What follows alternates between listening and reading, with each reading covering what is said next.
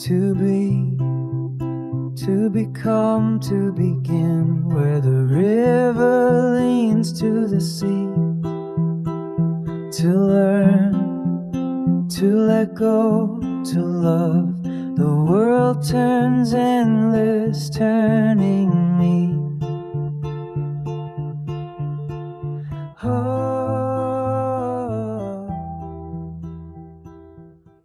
We've traded the freedom of the forager for the safety of the hut, and that safety is now eating the ecosystem. Welcome to part 6. Today, Jim and I diagnose the failure of the error correction machines, science, democracy, and finance, and explore the red buttons we need to survive the transition to Game B. Enjoy. Start just by I love that energy. Let's start by unloading what you just started to say about the patriarchy. Yeah. So we're referring to Walt Bismarck's recent paper, which I sent to Thomas and some others, that, from my perspective, provided a demented, satanic, if there were such a thing, which of course I don't believe there is, view of the relationships between the sexes at the current time. And my thought on all this is that since the establishment of agriculture, we basically had 10,000 years of patriarchy in one form or another, a dominator culture, typically by people who called themselves big men. And then the little men emulated the big men by basically dominating the women and the children in kind of a dominance hierarchy way of life. And fortunately, Game A, believe it or not, started to dissolve some aspects of the dominator culture, but not all. And particularly the Enlightenment view that all men, and in parens at least, women, are created equal and endowed by their creator with certain unalienable rights. And over time, that actually worked out. Slavery was abolished, amazingly enough. You go back and look at the history of slavery, and Jesus, Moses, and Buddha all approved of slavery. What the fuck, right? It took a real giant insight to realize there was something wrong with that. Around 1820, 1830, some of the sharper people started realizing, wait a minute, that has to apply to women too.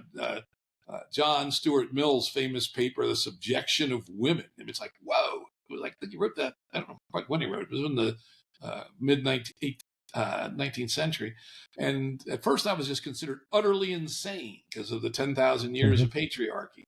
But guess what? Over time in the United States, I think it was one of the first in the world, the state of Wyoming gave the vote to women in like 1870. And it gradually built in like the 1920s, maybe. The U.S. gave the vote to all women. Interesting, Switzerland didn't give the vote to all women until late in the 20th century. I don't remember the exact year, but it might have been as late as the 1980s. But anyway. Nassau was first. The pirates were first, right? Well, the pirates were first. Yeah, proto-democracy in Nassau. Oh, that's good. That's good. Anyway, this back to show that the patriarchy had been very strong, started to unravel, call it in the 1820s, 1830s. By about 1975, I think majority of good-hearted people realized that women should be equal in all functional ways to men. There should be no legal impediments to women, and yet there still was in 1975 in the United States. A married woman could not sign a mortgage by herself or get a credit card without her husband's permission. It's hard to imagine in 1975 that was still true. So the legacy of the patriarchy was tremendous, but it was starting to unravel. And unfortunately, what came out the other side has so far been strangely incoherent, and roles for both women and men have not really solidified in a way that produces a strong, coherent culture. And I would say that men in particular seemed lost. They had this model of patriarchy, and now that they don't have it, it's not clear what they have, at least for the younger ones. And then, again, at least that's what comes through in Bismarck's essay, and instead is kind of this depraved, hyper competition, hyper cynical, hyper exploitive view of the relationship, and basically deeply antagonistic view of relationships between the sexes.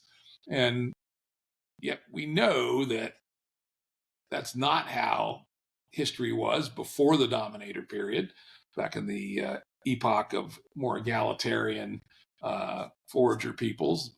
Men and women have their spaces. They overlap to some degree. They're separate to some degree. And it was, the core basis of life in some sense was the relationship between the genders, and having and raising children, and acculturating the next generation, and the life ways of the community. They were a joint emergence from the two sexes operating in overlapping but somewhat different ways. And we have not found that coherence between the genders, particularly exemplified. He's probably very extreme. He's talking about the urban avant-garde and all this sort of stuff, but those ideas often percolate down into wider society.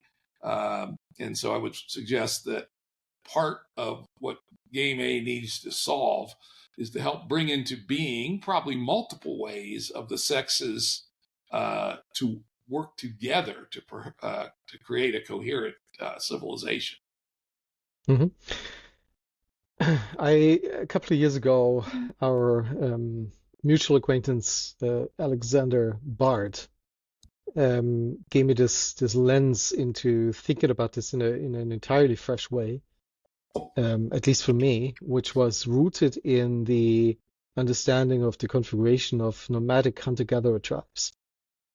And what he brought forward was that the way they were organized as a society was that roughly 45% of the population was at the center in one big group, basically weaving the cultural fabric, and with that, obviously, the values. And that's the feminine energy group, mostly the women, surrounded by a circle of roughly 5% of androgynous people who could translate between the female feminine energy inner circle and then the outer circle of men organized in smaller groups, 45% in the masculine energy ring, so to say, in smaller groups doing everything from chilling to killing, right? Whatever was, I like that. whatever was needed. And then another 5% group around that, interfacing with other tribes, the crazy ones, the shamans, the shamans, the diplomats, right? So, and now, what that's, I find two interesting things here, and I'm really curious to see how that lands and what you make of that with regards of the Game A, Game B transition and building towards Game B. But one, Forrest's small group process maps beautifully onto that, because there's a consensus happening in one big group that then informs on a value cultural basis what the action groups, the testosterone-driven action groups, are allowed to do, right, and should do. And in the small group process, then those meritocratically organized hierarchical groups are bound by the democratic emergency button, right? I don't know how that factors into the nomadic configuration, but and then also what I learned from my wife about the really deep hormonal differences and how that maps into life perspective between men and women, right? Testosterone being one amplifier that that men carry, and it amplifies situational and cultural incentives, while women have four very distinct hormonal situations that they experience again and again across the cycles as long as they have the cycles, right? And they're very aware of that cyclical nature that you and I are not. And all of that together weaves for me into something that could be a very interesting fabric for coordinating groups of people. What are the four cycles? Well, I know the language. So it starts with the mother.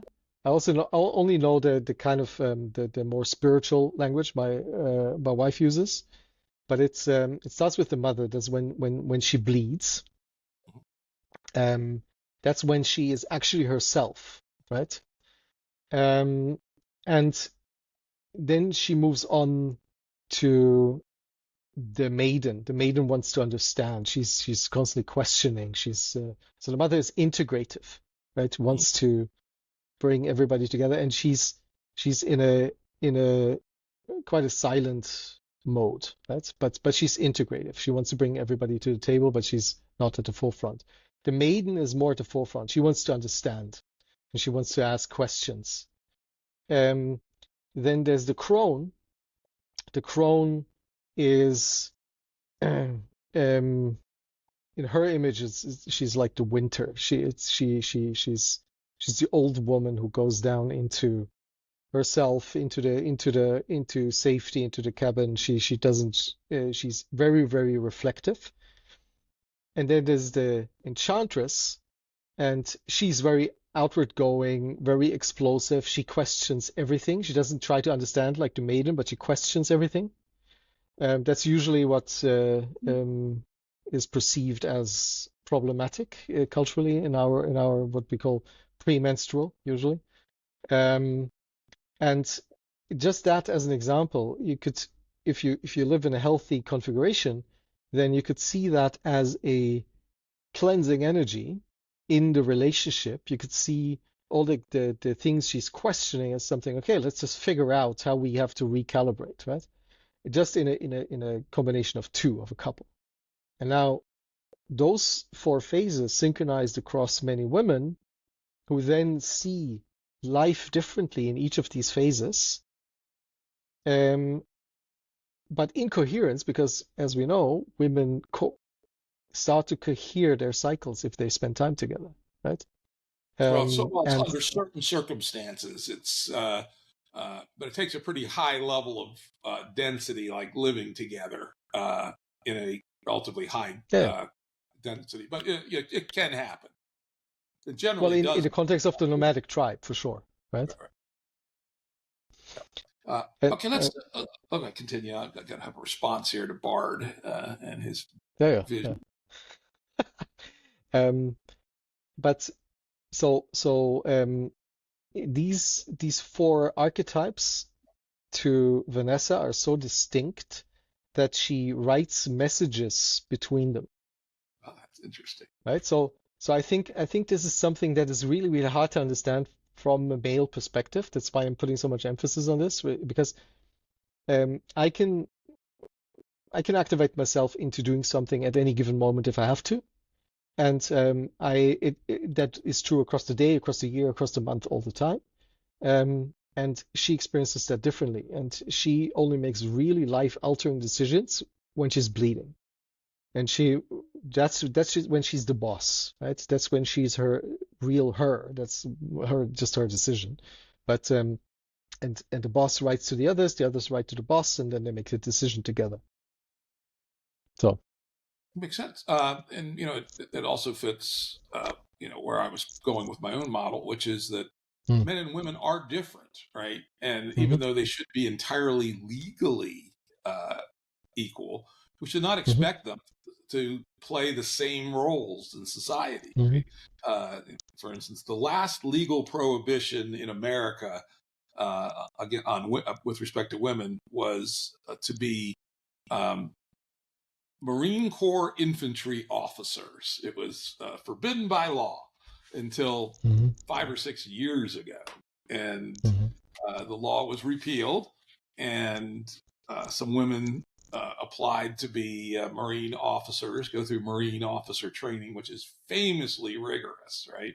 And relatively few of them made it, but a few did, right? And so that whole arc, to my mind, exemplifies how we should think about men and women. Some very radical feminists would say that if it wasn't for our social structures and social conditioning, half of Marine officers would be women. And I would say no, that the differences between men and women are sufficiently strong that I would never expect more than a percent or two, maybe 5% at the most of Marine officers to be women. But the fact that those 5% can be Marine officers is ethically and morally important. But to expect it to be 50-50 is a form of deep misunderstanding of the sexes. Let's explore that a little bit. So in my picture, I would say the majority of the generals should be women because they cohere more around what's the big picture, where should we be going, while the Marines are the ones executing. So what do you think of that? Yeah, I don't know about generals, but I have long advocated that declaring war, I would add a third branch to the U.S. Constitution, which is the grandmother's caucus or grandmother house. And the only people allowed to vote for these people or to be a delegate are grandmothers. Probably the same as we do for the Senate, 2 per state. So it would be 100. And their only power is to declare war or declare peace. No war may be declared without the approval of the grandmother house, as an example. I love it. And that is the most mature female energy. It has the perspective of the well-being of the lineage, right? Grandmothers really care about their grandchildren. They really care about the whole arc of history. They have the perspective on what a life lived is, which chest-pounding men, not so good at. Quite the contrary, right? So I don't know about generals. I mean, I think generals probably mostly would have the masculine energy, but the people who set the policies, it might not be a bad policy to have the Secretary of Defense, the civilian side, be a woman, right? National Security Advisor be a woman.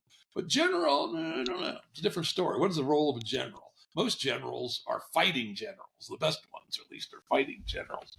And that may well be more masculine energy. But let's, unless you want to explore this further, I'd like to go back to Bard. No, that's fine. Go back I think to Bard. Bard is entirely ass backwards here. I think this is a terrible model and is kind of parallel to Walt Bismarck's essay in some sense, which is this highly separate and antagonistic, to some degree, view of the roles of men and women. Let's frame this in Forrest Landry's small group process, which I also love. And in fact, a fairly regular contact with him. I'm trying to encourage him to expand it beyond small groups. He's very resistant. I may just have to do it myself. And for the people who are listening, Forrest's small group process, very simple, combines the power of democracy, consensus, and meritocracy into a nicely integrated, very simple system. Let's take a community. Forrest still resolutely says it can't be bigger than 16 people. I think he's wrong, but what the hell? It's his system, so let's use his formulation. And any delegation of power within the group must be done by consensus. So the group first goes into consensus, and let's say we decide we need to appoint some group to run the sewage system in our little communities. We're going to take our composting toilets and we're going to take the output, put it into a pile. The stuff's going to be composted, and only when it's safe and ready will the compost be used for our agriculture. So the consensus process says, all right, we probably all shouldn't be dealing with the sewage. So let's appoint somebody to be in charge of sewage. And we say, Thomas, he's a good shit handler. He is our king of processing the sewage for our community. And he agrees, and he says that's a job of honor to produce fertilizer for our farm. So he is appointed, given the power and authority to, recruit people to help him and do all that. And he then has absolute power to execute on the sewage thing, though he can have reporting requirements as part of his delegation, which says that he has to report back monthly to the consensus community how things are going, etc. And you go, wait a minute, you just delegated Thomas absolute power. Isn't that dangerous? And yes, we know from history that the delegation of absolute power is dangerous, but it's also effective. One of the things, I learned in my business career was giving people authority and responsibility was critical. The worst thing you could do is give somebody a responsibility without authority, right? And you combine the two, and the ability for people to really bring out their best is there. But, we don't want Thomas to run amok and become the shit dictator, right?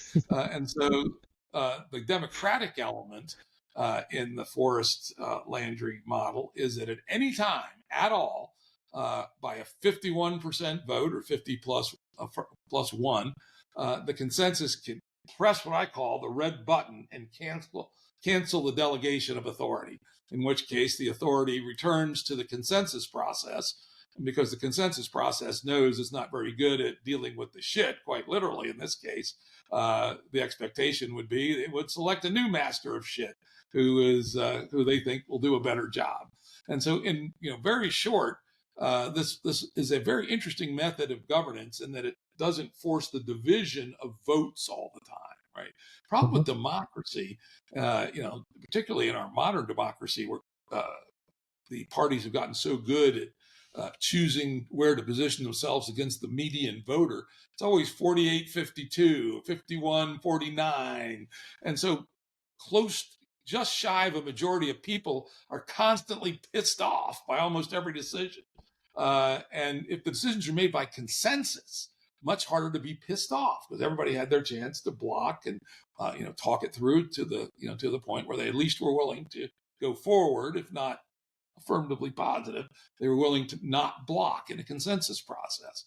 So those decisions aren't dividing in the same way. Constant Democratic votes that come out 48-52 are, and the vote to cancel power is something different, right? Particularly because the power then returns to the consensus process. So it's not like somebody's being dominated by a 48-52 vote. Basically, power is being destroyed and then returned to the consensus process. So I really do love his small group process and hope that at some point he can generalize it to larger numbers. I think, frankly, just to foreshadow, I think you can take it up to the Dunbar number by breaking it down into subgroups of 16 who have a single delegate. And they appoint the delegate by consensus, and they retrieve the delegate by the red button, basically. So it's essentially a 2-layer small group process. Layer one's only appointment is to the second level, but the full small group process applies to the recall of that delegate if they're not doing what they should be doing. And then the next level manages the Dunbar level number. Anyway, that's the RUT extension to the in my thinking, I arrive at something similar, but it scaffolds up in a fractal way through sortition, and can stay in small groups. I also think that it doesn't necessarily have to be 16. I think it can be a bit larger. But anyway, but let's go back to the let's go back to the Bard. Yeah. So here's where I think he's just completely insane. Which of course he often is. He's very interesting and provocative, but he just says shit, right? He's a shit talker, which is that in a healthy society where the sexes have a unified and coherent being that is the culture to a very substantial degree, that inner ring should be a balance of the sexes, right? The sexes have different perspectives, different timelines, different discount rates. I would say in general, women have lower discount rates. They're more concerned about the future in some sense. Men are more concerned about winning the battle right now, right? And there's a tension between those two views. Both are necessary, because if you don't win the battle right now, you don't get to play the long game. And so I would suggest that a much better way to think about this is if you want to model, it's not a terrible model of extended Landry small group process, but the consensus group should be represent both sexes equally, and the execution group should also be completely open by sex. Now, it may be that it might be biased towards male energy, but there are plenty of things to be executed on which female energy is hugely important. For instance, let's say who's going to be running the equivalent of kindergarten, right? Who's going to do the early childhood education? I'm going to put flag down and say, because of the biological differences between men and women, while you will have 5% male kindergarten teachers, 95% of them are going to be women. And so when you delegate consensus authority, you'll be looking for feminine energy in that particular thing. The same may well be true for elder care, may be true for gardening. I'm not sure about that one, but if I look at the really brilliant gardeners, a large number of them are women. So I think that both sides of the Bard equation are wrong. The consensus part needs equal representation of both gender energies, and the execution side it also needs to be able to use both energies as appropriate for a given task. So I guess I'd say he's entirely wrong, basically. I'm not 100% sure he's so fixed on the sex differentiation, more on the feminine and masculine energy. So it's not necessary that all of the people in the inner circle that's dominated by feminine energy need to be women. Right? I think his image is more open than I described it earlier. And that would be a small statistical shift. Let's say 5% of men are more centered on feminine energy. Let's say something like that. Maybe it's 10, but it's not more. I don't think it's more than 10%. So yes, you can have a slight adjustment there, but I don't think that's enough. I think that the consensus ring has to be in tension between the two energies, because both energies are essential. Human culture is the tension between those two energies, and consensus has to represent the sort of the core tension that is culture. Okay. And in fact, I'll step further. Kind of the hateful Walt Bismarck perspective is probably quite likely to evolve if you were to put the consensus process in the feminine energy, because you essentially have set the control mechanism in opposition to the masculine energy, potentially. And that's not good. Okay, what other constraints would you add? Because you very distinctly said earlier you would institutionalize the House of Grannies in the American democracy. I can see that the metabolic energy required for that consensus group varies a lot depending on the age strata that you put into this. I think if you put in grandpas and grandmas, it'll be much easier to reach consensus than if you put in 20-year-olds. Absolutely. But you want them both. You want them all. You need the age profile too, right? Particularly for real-time decision making. Who knows more about what a young mother needs than a young mother, right? Now, you also want the Mm-hmm. perspective of the aunties and then the grannies, but Mm-hmm. you also need the voice of the young mother herself, right? And so the inner consensus ring needs to have diversity across age, across gender, across different psychotypes. You need introverts and extroverts. The strength of the consensus comes from its diversity to a significant degree.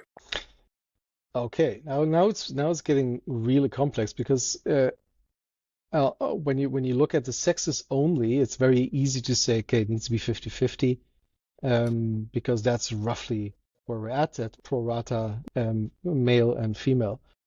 But if we start factoring in all of the nuances, then the question emerges: does it have to be pro rata? Does it have to be? Is it one voice per segment? What are we talking about? How do we get to a Yeah, good I think consensus that's group? dangerous. I think that's hugely dangerous to try to disentangle or to not to disentangle, but to aggregate into identity clusters. I mean, that's part of this Mm-hmm. woke bullshit that has plagued America and other countries. Uh, the Each person is a high dimensional object, right? Mm-hmm. Uh, they are. To what degree do they have feminine energy, masculine energy, extroversion, neuroticism, openness? We're we're a bundle of multidimensionality, and each one of us is unique. None of us probably has Mm-hmm. the same setting at all.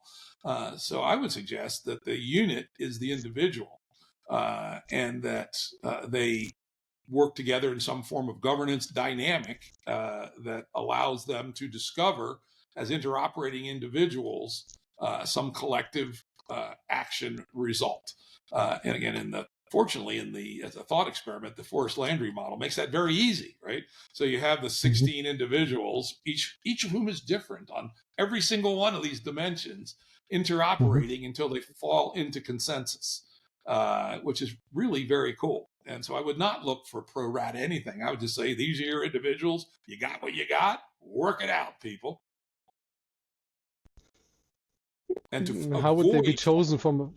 So if we say, okay, that there's a upper scale Dunbar group, 4,500 people that somehow want to start using this kind of process for a game B kind of governance principle. Um, that'd how be would how would 2 levels of delegation of 16 would do it, right? So, as we talked about earlier, the Mhm. RUT extension of Forrest's model to the Dunbar number up to 256 would be that you'd organize people into caucuses of about 16. And Yeah. they could use the exact small group process, no modification, except that the Hmm. only power of this group is to appoint the delegate to the next level. That Okay. gives you 16 by 16 or 256. If you then do that again, so that the next level's only power was to appoint to the third tier. So Hmm. in reality, because of subsidiarity, you probably want that level to have some power too. But one of its Hmm. duties is to appoint a delegate to the next level. At that point, you get to about 4,000, right? A little over Hmm. 4,000, Hmm. right around, just short of 4,000. So a 2-level fractal workup of exactly Forrest's model would get you to a governance level suitable for 4,000 or 5,000 people. So first, the source is the root layer from which delegation happens upward. How Yep. is the root layer sourced? Is it by vote? Is it by sortition? Is it how would you And source them? I think that's a pragmatic answer. I've proposed various. Alphabet is one way to get randomness, right? Do it by or even better would be a hash on your name, right? So sortition Hmm. essentially would be one way. Hmm. The other would be self-assembly. I think there's some dangers to self-assembly, but Hmm. there's some benefits also, which is differing perspectives get concentrated, because that way you would have. So let's look at the two possibilities. hash on your name, you fall into one of 16 bins, and then your bin elects a delegate. The virtue of that is each bin has statistically more diversity than it would if you did clustering. And so there's more different perspectives in electing a delegate. On the other hand, it'd have a tendency towards homogeneity, perhaps, right? If you allowed people to self-organize into the groups they wanted to be in, you would have more distinct points of view, which means the 16 delegates at the next level would have more diversity. And whether the coherence of homogeneity is better than the diversity of, self-selection, I'm not sure. I think it's an empirical question. And it'd be useful to try both, see which work better. I can see arguments for either one. And oh, by the way, those are by no means the only two ways one could do it. The other way, most obvious way, and the way traditional peoples would have done it, would be by family, by lineage, right? That this group of related people are a group of 16, right? And this group of related people are a group of 16. I think that has proven problematic in history, but that's a historical mechanism by which governance has been done. So there's or you could go with the woke bullshit, right? You could say, oh, we have a black caucus, a white caucus, a Chinese caucus, a left-handed lesbian caucus, right? And by some diktat, which I think is about the worst thing you could do. Because I think we do not want to encourage these superficial identitarian divisions amongst people. I mean, that's one of the just dangerous, bad ideas of history that we should have been past with the Enlightenment, but it seems like it wants to come back on both sides. Both the right and the left want to return to neo-tribalism of the most superficial and stupid variety. Okay, maybe this is a good moment to quickly go through your Game A history stack along the Dominator idea. I've had fun working with this essay on Game A history. It was quite good already when he sent it. Yeah, I was very pleased with it. And it was a kind of a very interesting new technique of me and the LLMs operating together in a quite different way than I would work with them in the past. And I was kind of astounded by the quality that came out. Not that it doesn't require a huge amount of work still, but considering how good it was and how close it was to what I had in mind, I was kind of blown away. So anyway, let's just hop into it.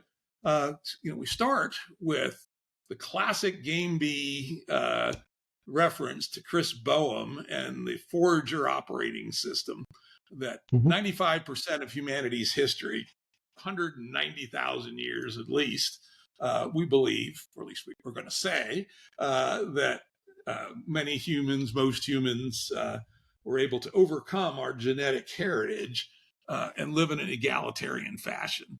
And the genetic heritage is important.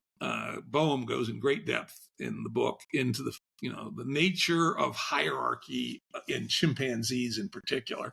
Now I've done some updated research on how bonobos operate, and they're also quite hierarchical. They use a quite different, more feminine style of coalition building, but the end result is very similar. The statistic that's quite interesting in both is the percentage of offspring that come from the alpha male. In chimps, it's 50+%. In bonobos, it's 60+%. So the actual hierarchy from a genetic perspective is slightly stronger in the bonobos, though much of the coalition building is actually executed by the females, which is kind of cool. But anyway, in either case, it is a very hierarchically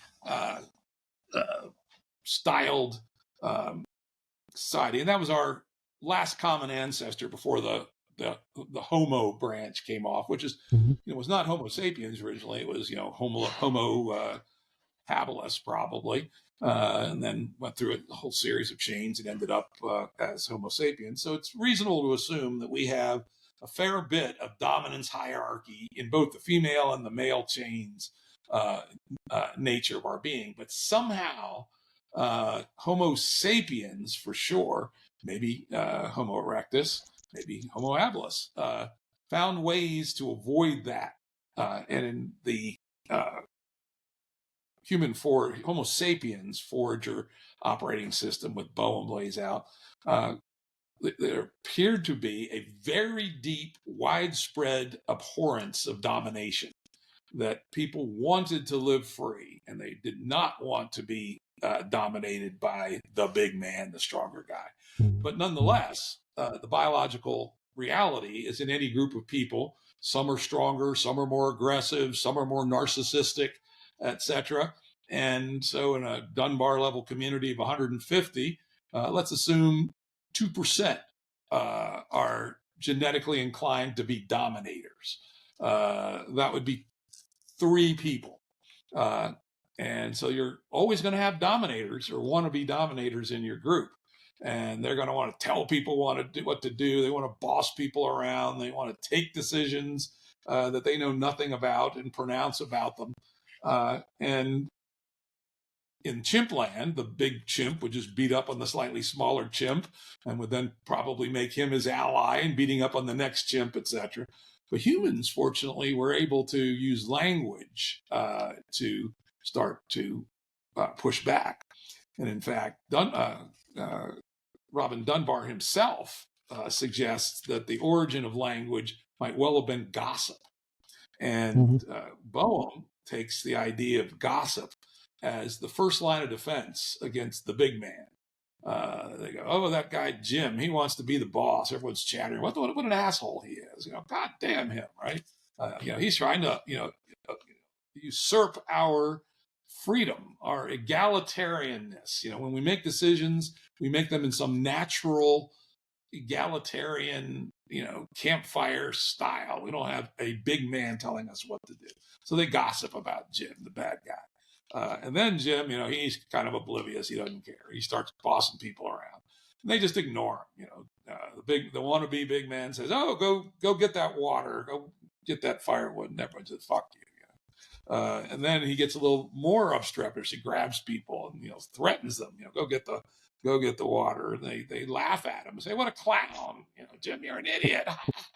Only a guy with a small dick would be making claims like that." And so ridicule.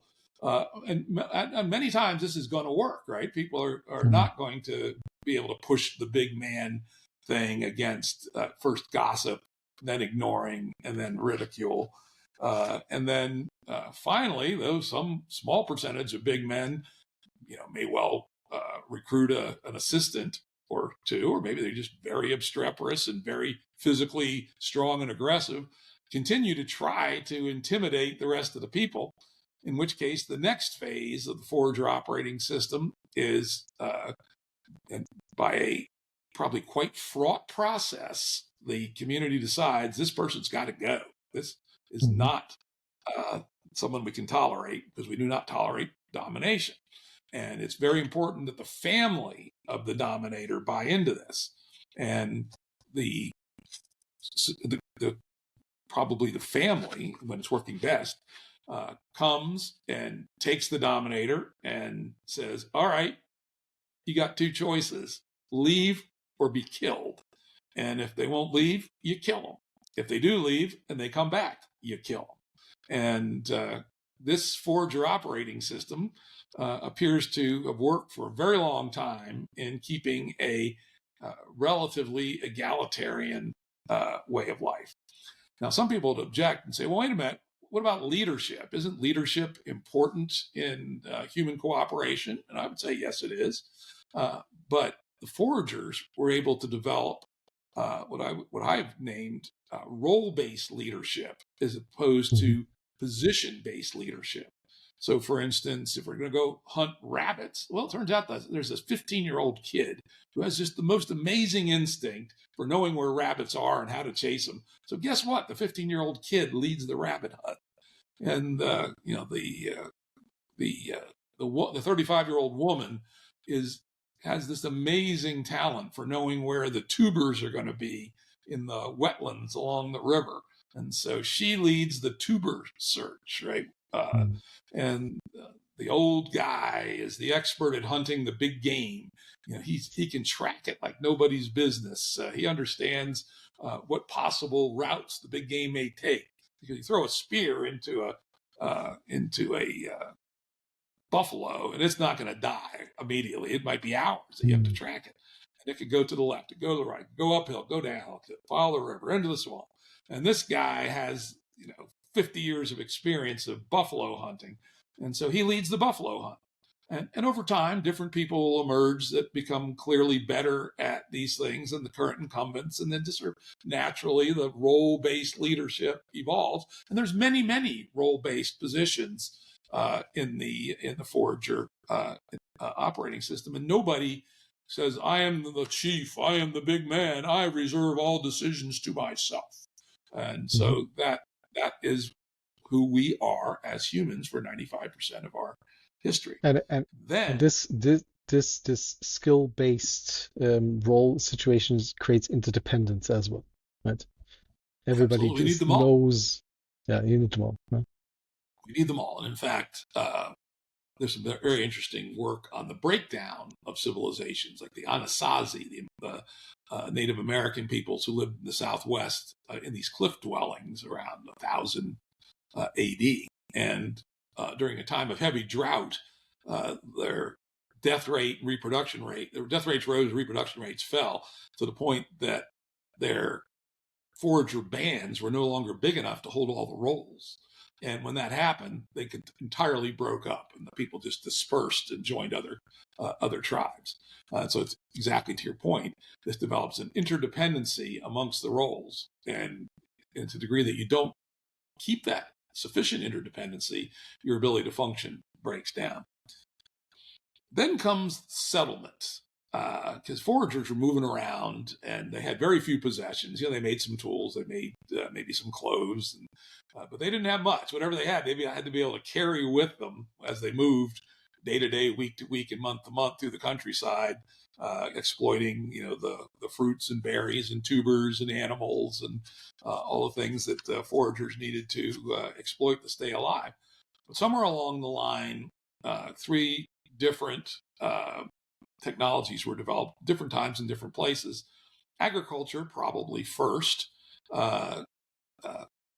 Pasturage, raising of animals for food, and then aquaculture, typically only in a few specific rich places. We're not quite sure where that fits between the two, but let's use agriculture as the base case.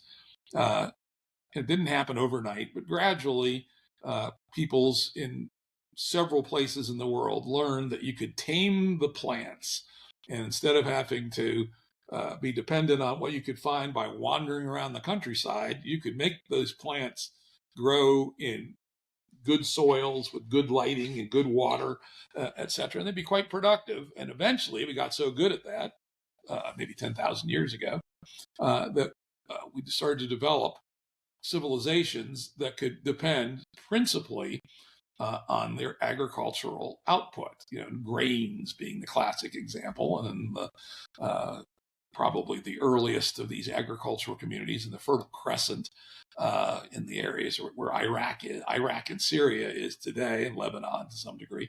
They were able to domesticate an early version of wheat and some other grains, but mostly wheat, and be able to make a civilization based upon that.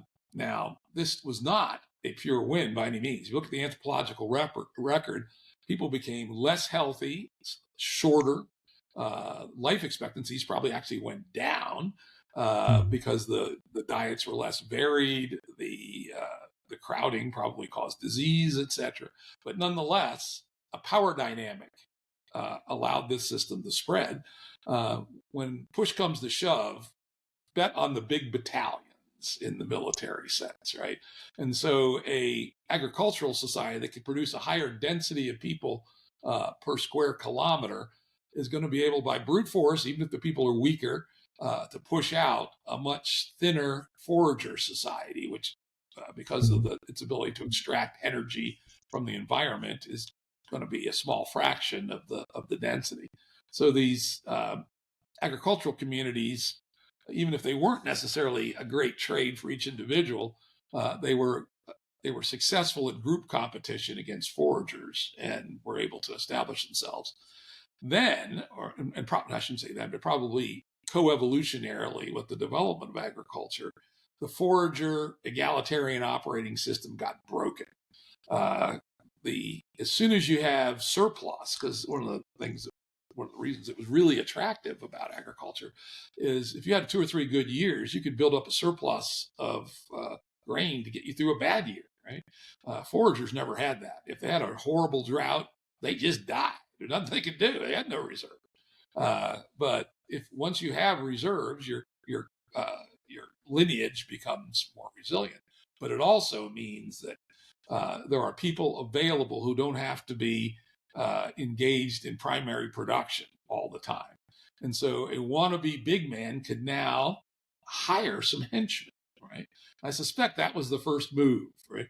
That the 2% biologically, genetically inclined big man happened to also be a good farmer. So he had a surplus of grain. So he found 2 thuggish 17-year-olds and said, hey, dudes, instead of working in the fields, why don't you become my henchman and help me tell people what to do? And then that pattern clicked. And then, once you can start telling people what to do, you can start telling people to give you part of their crops, right? And then you could use that to hire more henchmen. And next thing you know, you have a tribal chief with a group of warriors around him, which allows him to become the position-based leader, not the role-based leader. In the tribal situation, the chief, he doesn't always use the authority. In fact, if he's wise, he doesn't. But he has, at the end of the day, the absolute authority to make all decisions. And you've now lost the egalitarian operating system. And it's an interesting question. Could the transition to agriculture have been made without the transition to big man dominator culture? Don't know, but it is interesting that it never was, basically. There are very few, very old examples of what looked like more egalitarian agricultural systems. But once you get past the first 1,000 or 2,000 years or so, they all collapse into big men dominator systems, into warlords, proto-states, chiefdoms, states, empires. It seems pretty ubiquitous. So probably the social technology of that time made it inevitable that the combination of agriculture or the equivalents in nomadism and aquaculture led to this dominator system. This dominator system was then the operating system of the world for 10,000 years. Not everywhere, because it's always important to keep in mind that initially agriculture was just this one small area, then another, and then another. China, the Indus Valley, Egypt, in the New World, the Mayan Low Country initially, and then up in the Andes, and then central Mexico, and then that spread basically throughout the Americas. And then in the Old World, these islands of agriculture spread. They spread through Turkey, Anatolia, into Europe about 7,500 years ago, north into where Russia today, south into Southeast Asia. They never did make it to Australia, which is interesting. And then there was always strong refuges of forager people, and forager people, existed in Southeast Asia until a couple generations ago. Small isolated bands. There's still a group called the Andaman Islanders out in the ocean off the coast of India that still to this day are pure foragers. Will kill anybody that attempts to land on their island. They're great, yeah. And then the Amazonians were another group that persisted, and the Australians. And so there's always been foragers. It's been this gradual thing, but in general, it was dominators, and then the dominators fight each other. That's their nature. And it's one of the saddest things when you read world histories. You read these civilizations that build, some real richness in terms of art and science and ways of living. They're quite beautiful. And then they get conquered by their neighbor, or they go to war and they lose the war, and their neighbor takes them over, and they become some drab militarized place again. The destruction of human capacity through conflict amongst dominators, just a horrible pattern for 10,000 years. There were a few exceptions, very few, but there were some. The flowering of democracy in Greece in the classical period didn't last long, 100 years, maybe 150. And then Rome, interestingly, was by far no means a pure democracy, but it had democratic elements for 700 years, which is quite amazing. It eventually succumbed to big manism at the fall of the Republic into the empire around the turn of the first millennia AD. And there are a few other examples here and there. Very few, though, essentially zero in the East. None, zero. But most of the time was kings, warlords, etc., fighting each other. Then came a unique opening in human history that, if we can protect it, may be our gateway to infinity, our gateway to the future. And that was,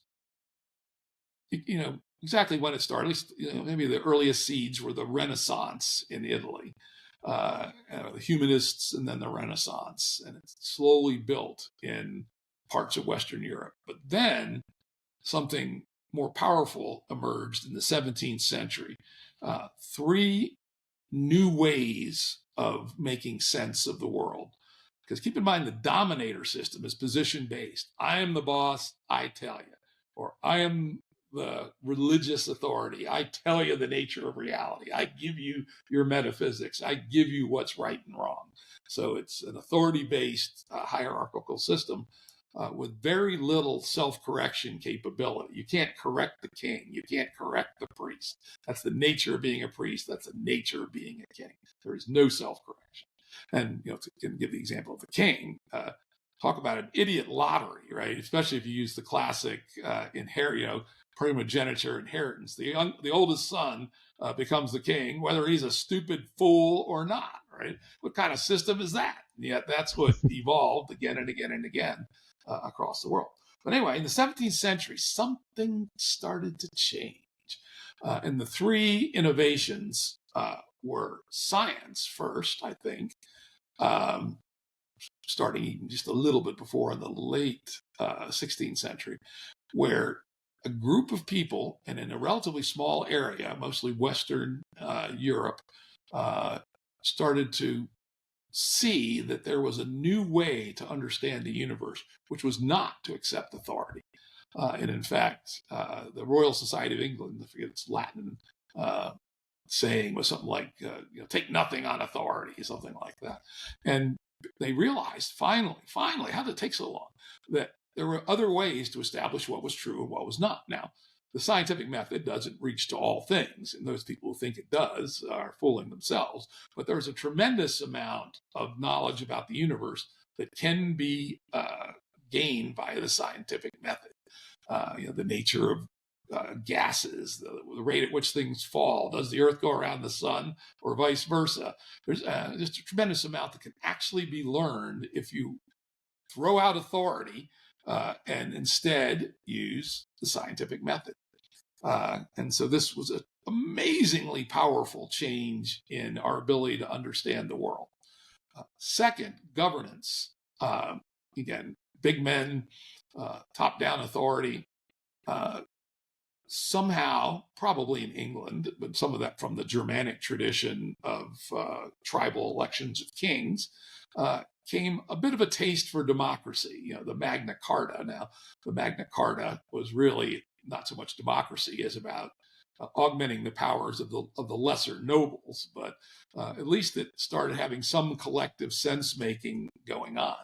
And that accelerated, and perhaps kind of in coevolution with the scientific method, in the Netherlands in particular, a form of democracy,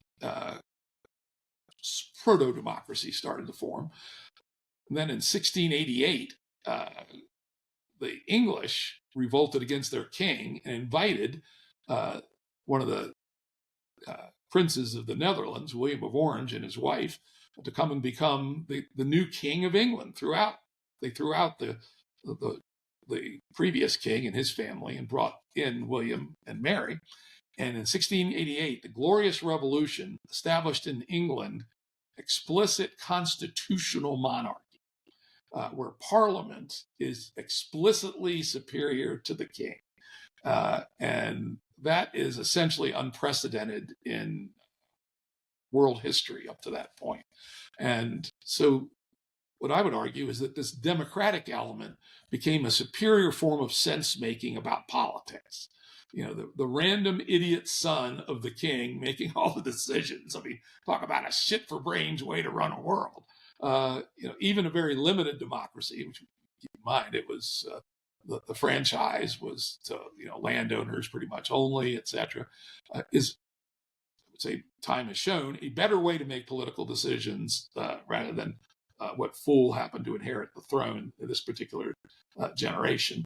And then the third innovation was finance. I mean, there'd always been markets and trading and finance, but they'd always been heavily under the thumb of the kings and the churches. You know, the churches said, you can't charge interest. You know, the king says, I'm just going to take your money because I can, right? Or I'm going to tax it at some exorbitant rate, or I'm going to grant one of my cousins the monopoly on the sale of tobacco or something. First in the Netherlands, specifically Amsterdam, a new way of doing finance became organized with the Bank of Amsterdam that was outside the control of the government, and it could establish pretty much what it wanted to do with respect to what projects it financed and how the returns were allocated back to people. And again, due to a historic contingency, the king was kind of out of money, and he was to finance a war with France. And because of being a constitutional monarch, he couldn't just take what he wanted. Parliament wouldn't give him new taxes. And so one of the powers he did have was he could grant a charter to the Bank of England, which he did. The Bank of England financed his war, in return got very substantial freedom to operate finance outside the authority of church and state. And so free finance emerged at the very end of the 17th century. And I would argue the way science was better about finding the truth about nature, democracy is better about finding truth about governance. Free finance was way better at optimizing the economic cycle, and in particularly allocating social surplus in forms of investment, at least denominated in money. So these three things came together around 1700 in the Netherlands and England, principally. Scotland came in 1704, I think, when the Union of Scotland and England occurred. And the Scottish also had the Scottish Enlightenment, which was working on similar ideas. And so this fusion produced something really, truly new in human history after 10,000 years of the pure Dominator system, which was still the Dominator system. It's very important to keep that in mind. But the Dominator system with collective sense-making now intimately inserted into three of the most important processes of the social operating system: understanding nature, doing governance, and allocating our social surplus in each turn of the economic cycle. So where was the world in 1700? This is also hugely important. The population of the world in 1700 was 625 million. It had been growing very, very slowly for a very long time. And no major disruptions of how the world worked had occurred ever, probably, since the invention of agriculture. Lots of incremental little improvements here and there, but nothing basically discontinuous. And further, the 625 million people lived in mostly what we would call today real poverty. They had lost the freedom of the forager, where I could move on and live on my own. I was dependent on landowners and nobles and militaries to protect me from other predators, etc. But I was lucky in a hut with a dirt floor, no windows, and I'm in a cold climate, a smoking chimney in which I suffered from respiratory diseases all winter. Half my children died before they were 5. It was life expectancy was 27 years, 28 years. This was not a rich world, to say the least. And I would say that was the result of 10,000 years of dominator culture. But this upgrade suddenly changed everything. And within a few decades, the curve was rising very, very powerfully. And I would say that this new synthesis, 1700, with these 3 editions, is game A. It's the game we're still playing to this very day. And again, it's very important to keep in mind, it was a big upgrade. It was a huge plus. But humanity was tiny, 625 million people, basically a 12th of what we have today. And the poverty meant that the amount of energy and material used per person was about a 12th of what the average human, including all the poor people in sub-Saharan Africa, etc., consume today. So you multiply the two together, about 150.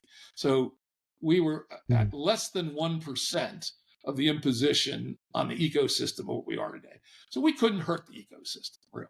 The ecosystem was way bigger than we were, and there was no reason that the humanity of 1625 or 1700 should have been particularly worried about the fact that we have just let loose a machine that was eventually going to eat the ecosystem, but it did. So that's the story up to the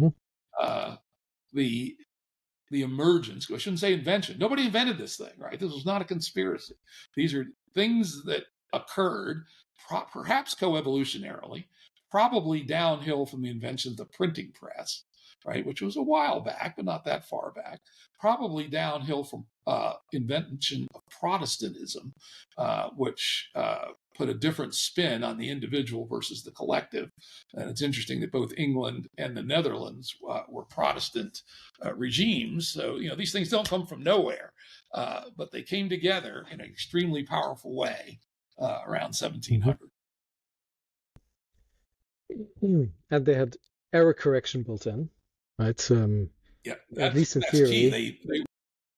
They had sense making and error correction. So let's say a democracy chooses, a democratic parliament chooses to do something. It can then realize that it's wrong and reverse direction. Right? Of course, a king could do that too, but it's probably better. Its power is probably better in the initial decision because it has multiple perspectives, multiple skills. And probably on average, the delegates to parliament are smarter and better educated than the king, right? And obviously, the error correction in science is very well defined. Hugely powerful. That's what it is, right? Science is really nothing but an error correcting machine. Yeah. And the theoretic error correction in the resource allocation segment, sense making, finance is the market, but the error correction of not really, right? Because if you mix transaction with accumulation, then you can easily start skewing markets, and then that leaks into the other modalities, right? So you can capture governance, you can capture science. Yeah, let's talk about that next time. Okay. I think it's probably about time to wrap this one up, and so let's focus on our next one. Let's pick it up with error correction. Yeah, history of game A, error correction, and how it went wrong. Yes, error correction. Okay. That wasn't sufficient for the task as the system got stronger. Okay. Yeah, it was necessary but not sufficient for the task. All right, that's good.